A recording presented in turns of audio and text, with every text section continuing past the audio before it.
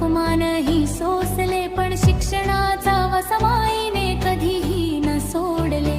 ज्योतिबांची साथ मिळाली हातात हात धरून, नारी शक्तीचा मान वाढला.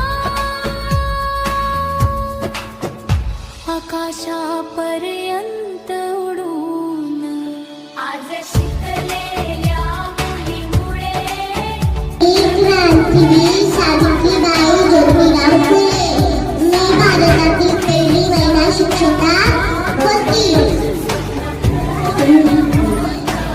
मी पुण्यामध्ये